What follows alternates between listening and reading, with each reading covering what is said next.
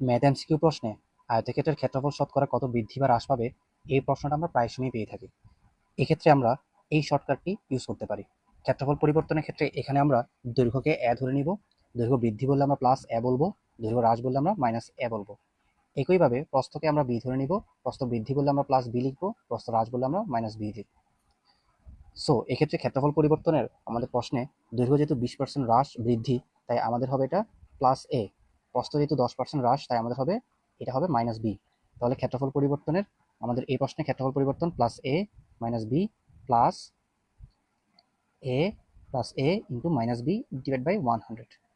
তাহলে আমাদের প্রশ্নের আনসার আসতেছে plus 20 minus 10 plus 20 into minus 10 divide by 100। তাহলে আমরা পাচ্ছি 20 থেকে 10 গেলে 10, প্লাস মাইনাসে মাইনাস 200 বাই 100।